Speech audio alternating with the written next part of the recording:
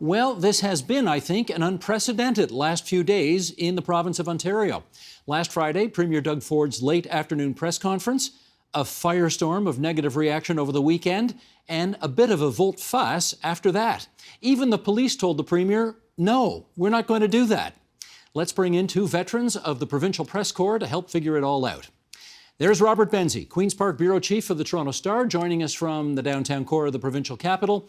And in the Riverdale area of the city, Jessica Smith-Cross, Editor-in-Chief for the Provincial Affairs website, QP Briefing, And welcome you two. Rob, I'm going to start off with a bit of a weird question. How long have you been covering Queen's Park? 20 years, more than 20 years. More than 20 years. You ever seen a I know, weekend it's hard like to we believe just had? I'm so young. Yes, you're young and gorgeous, but have you ever seen a weekend like the one we just had?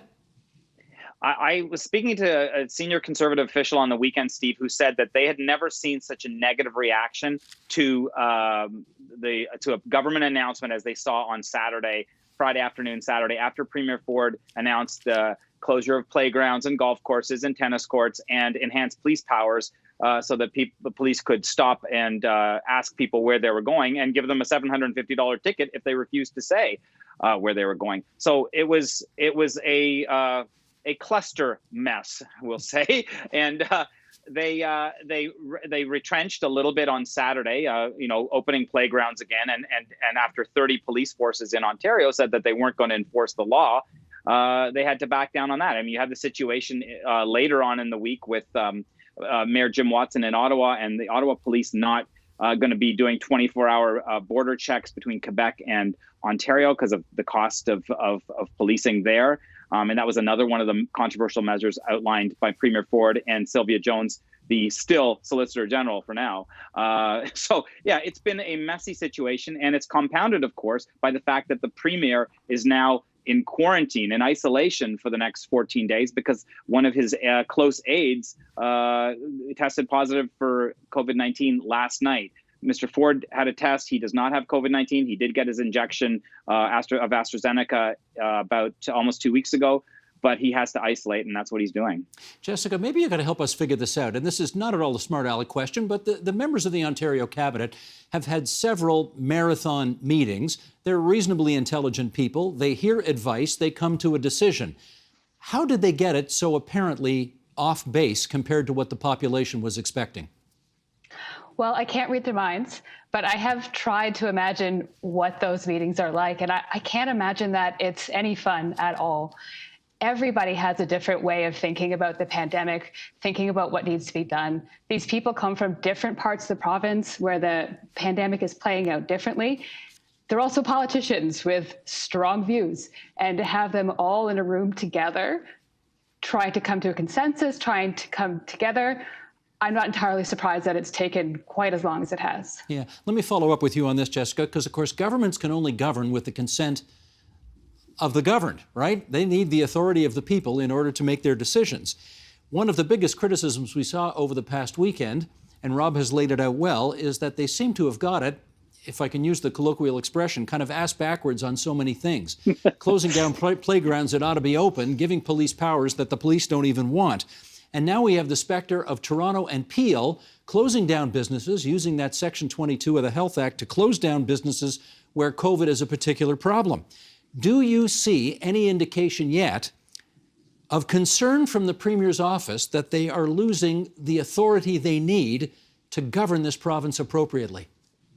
Yes, and that's why you are seeing the climb downs, why he was very quick to go on Twitter and say, actually, no, we were wrong on playgrounds. We're going to open them up again.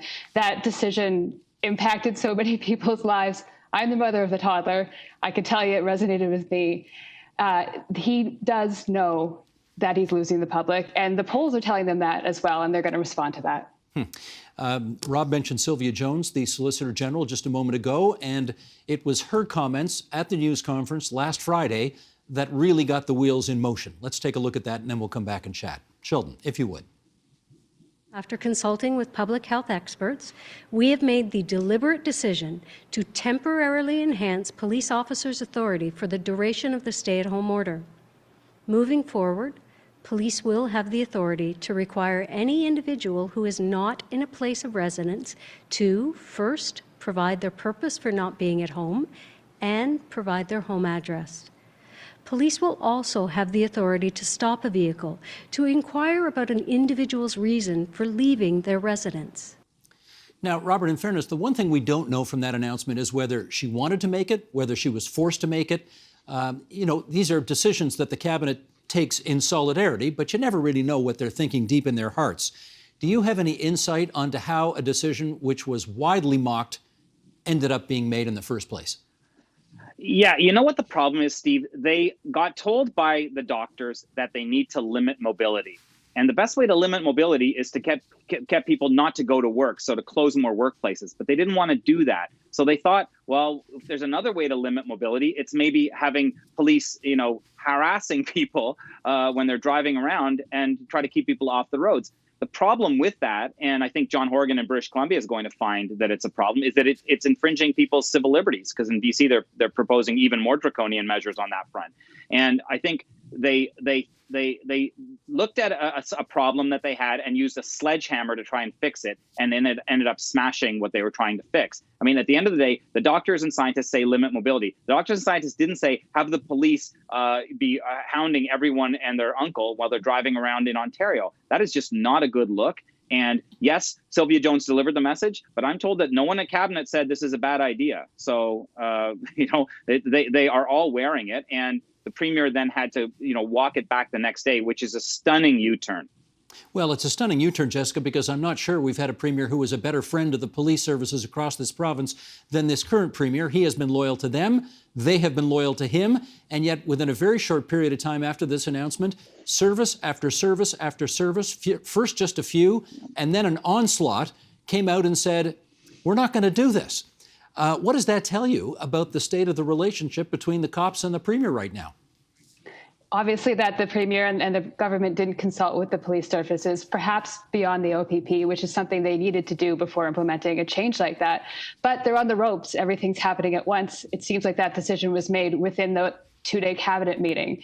If they had planned ahead, checked out if that would have flown with the police before implementing it, it would have been a different scenario.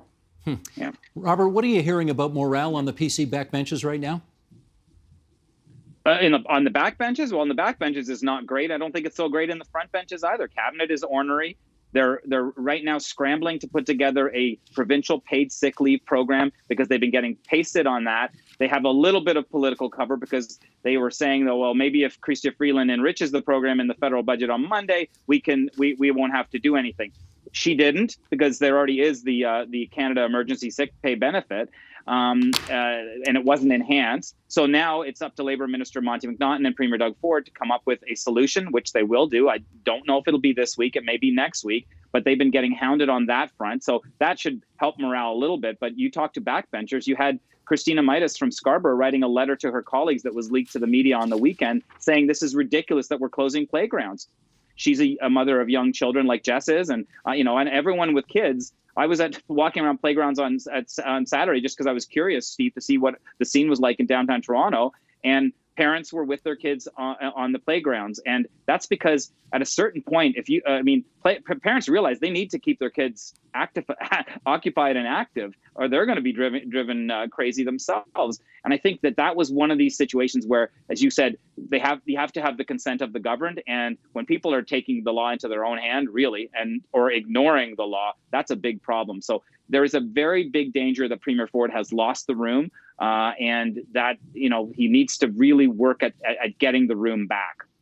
Sheldon, I'm just going to ask our director for a second. I'm pulling an audible here. We're going to go to roll in 2 right now because Rob just mentioned sick days, and I was going to bring this up later, but let's do it now.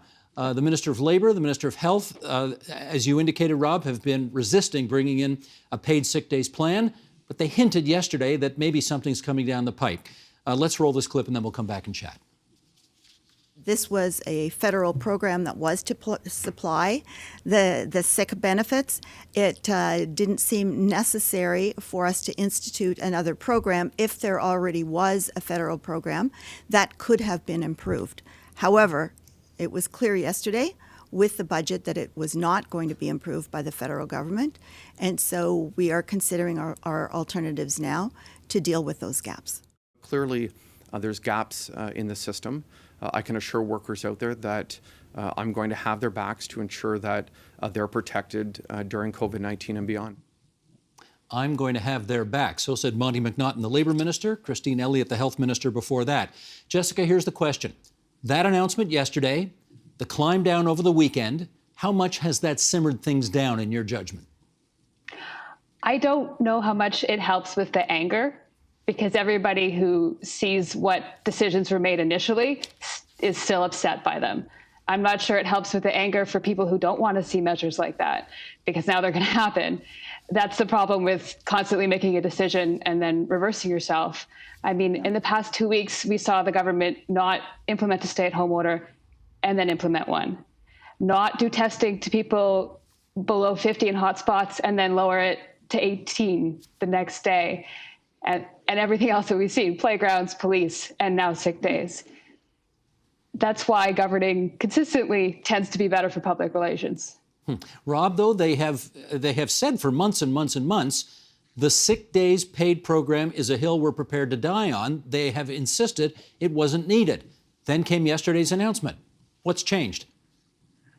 I think political reality is setting in, Steve, and Jess is right. Like, I mean, it's tricky. It's tricky to govern in a pandemic. The situation is fluid. I think there's some context is needed. Ontario is not a burning dumpster fire, as some claim, compared to other jurisdictions.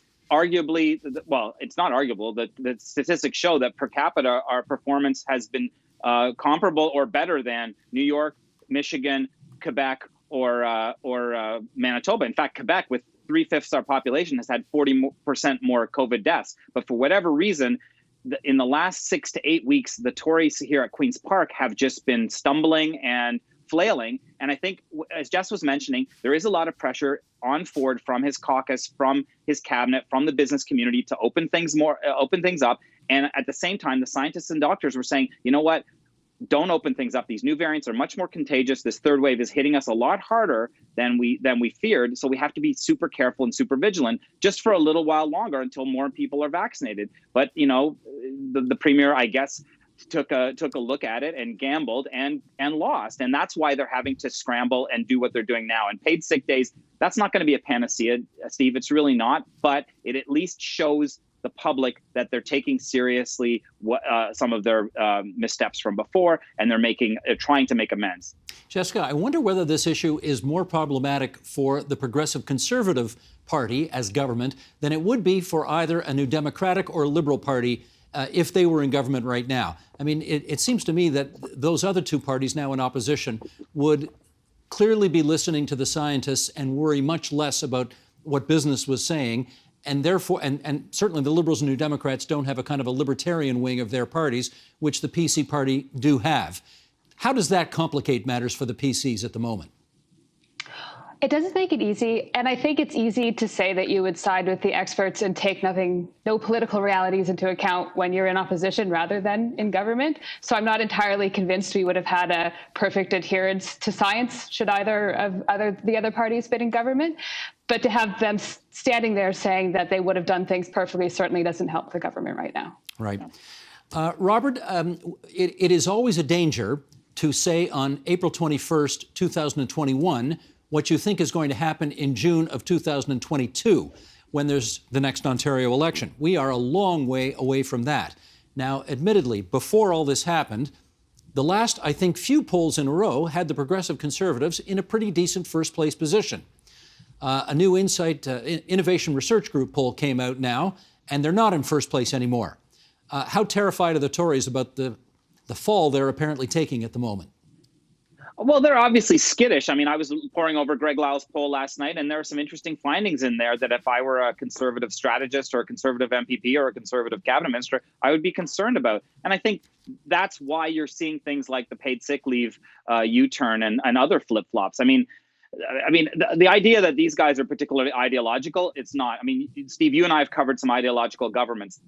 These are Ford and company are not necessarily, they're not fiscal conservatives. They're certainly not neoconservatives like the early Mike Harris government was. These guys are, Ford himself is a populist and is spending more money than any government in Ontario has ever spent, 20% more this year than Premier Kathleen Wynne's Liberals did in their last year in 2018. So it's not about fiscal conservatism or any ideological concern. I think, though, that they are vulnerable in the sense that Ford relatively speaking, Ford did relatively well during the pandemic, during most of the pandemic, other than the long-term care situation where, 60% of our deaths have been in long-term care homes. And now everyone there's been vaccinated, and there haven't been the same deaths in long-term care homes from COVID-19. Other than that, until this last third wave, the government had not been doing so poorly, and we saw that in the polls. However, the slippage is incredible, and people who were giving Ford the benefit of the doubt before are not going to give him the benefit of the doubt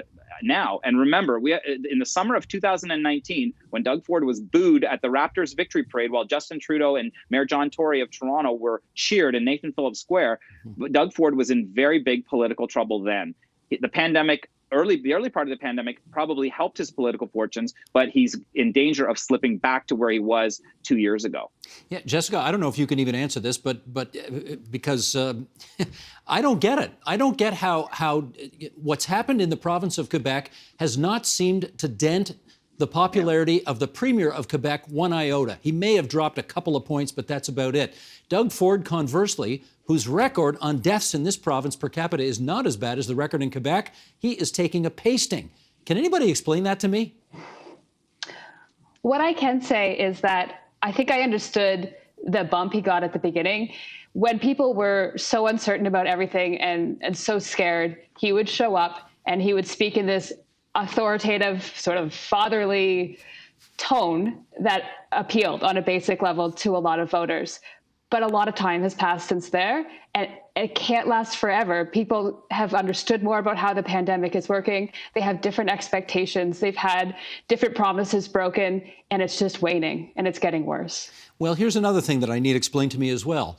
And right now, we have a situation where, again, in the Greg Lyle poll, the Innovative Research Group poll, the Ontario Liberals are now in first place. Now, you'd rather be in first place on Election Day as opposed to 14 months before Election Day, but if you're a party with 8 seats and you're not even an officially constituted party in the legislature and your leader hasn't got a seat, being in first place is not a terrible thing. Rob, my question has more to do with the NDP. They are the official opposition. They are the ones who are only a couple of dozen seats away from being able to form the next government of Ontario. They're in third place in all of the last 4 polls I've seen. How come? That's a very good question, Stephen. I don't quite get it myself because on paid sick leave, on strengthening long-term care, on a lot of other pandemic-related issues, the NDP has been front and center. And Andrea Horwath, has been a fierce critic of the government. And for whatever reason, it doesn't seem to be translating in those polls. I've seen some other polling that showed the Tories still ahead and the NDP in second and the Liberals in third. So, but to your earlier point, Steve, polls, 13, 14 months before an election really don't count for a whole lot. But if I were a New Democrat strategist, and I would be concerned that we're not getting a bump. And why is Stephen Del Duca appearing to get a bump in those particular polls? I don't understand it myself. It's not that he is, it's not like Del Duca mania is sweeping the province, as I was joking with one of his advisors the other day. But for whatever reason, this situation is helping him. Now, it could be spillover with the Liberal brand federally is very strong traditionally in Ontario. So that could be a part of it. But if I'm Stephen Del Duca's team, I like this because I can, they held a fundraiser the other night. They can raise money off of things like this, and it's good for them as they head to an election next year. Yeah, Jess, Rob is quite right that polls today aren't going to tell you who's going to win the election in June of 2022, but they will sure make caucus members and party supporters either happy or skittish, depending on where they are in the polls right now. Do you have any insight into why the New Democrats aren't doing better, since they seem to be on the side that most Ontarians are on when it comes to the big issues of the day? Well, I have a theory. Hopefully that helps. When people are at a time of crisis, I don't think they want to try something new. I think people want stability. And while voters don't know leader Stephen Del Duca, they kind of have an idea of what a Liberal government is. And some people might find that sort of middle of the road comforting. They might be thinking it's not the time to reform and try an NDP government for the first time in a very long time. Let's go back to what we know, because we're really getting tired of how Doug Ford has led us to the pandemic. But that's just a guess. That's a pretty good theory. It's the best theory I've heard in the last 24 hours, so I'm going to take that one. Rob, let's talk about rumors. We've heard rumors about a cabinet shuffle, a pending cabinet shuffle, for a very long time. And this group that's in there right now have been in there for almost 2 straight years. And as we know, the past 14, 15 months have not been a normal 14, 15 months in political life. Question, how well served would the Premier be right now to get some different voices in there and maybe take over from some of the people who you've got to believe are just exhausted right now? I know it's fashionable to say that there's going to be a shuffle imminently, but I mean, everyone that I've talked to who would know says that that's not happening. So I don't know. I will be very surprised if he shuffles the cabinet in the next week, 2 weeks, 3 weeks, that kind of thing. Having said that, he does need to bring former Finance Minister Rod Phillips back into the cabinet. Of course, Phillips resigned on December 31st after taking that ill-considered trip to St. Bart's over the winter break. As I told him, I said he's the first politician in history who ever resigned for going on vacation with his wife on a trip that you paid for and did work while you were away. But anyway, he did step down, and because the government was taking a lot of heat, understandably. But it is clear that they need Rod Phillips at the table. That's obvious because Ford trusts him, and they need some more heft at the cabinet table. There's definitely a need for some new blood. There's some people that in the cabinet room that probably shouldn't be there any longer. They may not be running next year. There's other reasons there's some people that I would promote if I were him. I look at people like Prab Sarkaria, Jill Dunlop, and Kinga Surma, the three of the associate ministers who performed very well, very strongly in their sort of junior roles. I could see them getting promoted in some shuffle. But again, I don't know. This is not really a time to blow up the team, but it is time to I would get Rod Phillips, if I were Doug Ford, out of the penalty box and back on the ice where you need him. Jess, what's your view on that? I agree 100% with Rob there. Yes to shuffling the cabinet, but not until the crisis is over. While hospitals are still bursting to the seams, it just makes you look way more unstable. All right, let's finish up on this then, folks. I know the Toronto Star, Rob, is the best newspaper in the country. However, we try. I'm going to quote the Washington Post here, because it's not often you hear about the Washington Post being interested in the affairs of the province of Ontario. This column got a lot of attention because there was a column calling on Doug Ford to resign. Now, to be clear, the Washington Post was not editorially calling for Doug Ford to resign. But there was an op-ed columnist who wrote a column, David Moskrop is his name, and here's what he had to say about the state of affairs in our province. Over a year into the pandemic, things are worse in Ontario than they have been since it began. Enough is enough. It's time for Ford to go. He must resign. Getting rid of a premier with a majority government is difficult outside of an election, but Ontarians cannot wait to hold Ford accountable at the ballot box. A caucus revolt might do it, but even without one, for the good of the province and his own party, Ford should catch the next train to political oblivion. So says David Moskrop a week ago or I guess a few days ago now, in the Washington Post. Okay, Jessica, I assume this is a non-starter in the Premier's office, but you tell me, are they thinking about it? I would doubt that highly. Rob? You'd probably... Yeah, and also, I would caution about calling it the Washington Post. This is a freelancer from Ottawa who's a frequent critic of Doug Ford, who happened to have a piece in the Washington Post. It's not the same thing as a real Washington Post columnist or the Washington Post editorial board saying that the Premier of Ontario should resign. It's significant in the sense that it got a lot of traction on social media. But no offense to David Moskrop, I hadn't really heard of him before he did this piece. Again, I don't pretend to be an expert on Ontario politics, but it didn't strike me as being a particularly significant development that a freelancer would write a piece for the Post. That being said, are there other pundits out there saying that Ford should go? Yeah, there are, and that's not a good thing for them, for Ford. But is he going anywhere? No, he's not going anywhere. Not because of anything that anyone writes in a newspaper. No, but Jess, let's just try this one on for size. Stephen Del Duca held a news conference, I think it was yesterday or the day before, in which he said, he used a World War II analogy. He said, look, Neville Chamberlain couldn't get the job done. The Tory caucus in the United Kingdom revolted. They kicked him out and they put Winston Churchill in. And he said, it is not unusual, it is not unprecedented for a caucus to decide that the guy at the helm can't do the job and we need somebody else. Is there any evidence that any conservatives are considering that at all? None that I've heard. And I will note that the conservatives who have defected from the party during the pandemic have been on the very anti-lockdown side of things.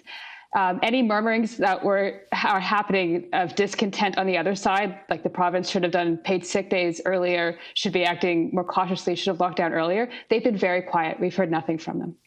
Rob, do you imagine there's one Tory backbencher who might come forward and call for the Premier's resignation?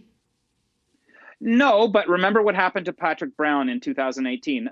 Some caucuses can be caucuses of jackals, and they can turn on a leader. And we've seen it. We've seen regicide committed at Queen's Park before, and I'm not sure we're going to see it now. It just doesn't seem likely. But if they start to worry about their seats, then who knows what happens. You two, stay at it, stay safe, and we thank you both for coming on to TVO tonight. Jessica Smith-Cross from QP Briefing, Robert Benzie from the Toronto Star. Well done, everybody. Thank you. The Agenda with Steve Paikin is brought to you by the Chartered Professional Accountants of Ontario. CPA Ontario is a regulator, an educator, a thought leader, and an advocate. We protect the public. We advance our profession. We guide our CPAs. We are CPA Ontario. And by viewers like you. Thank you.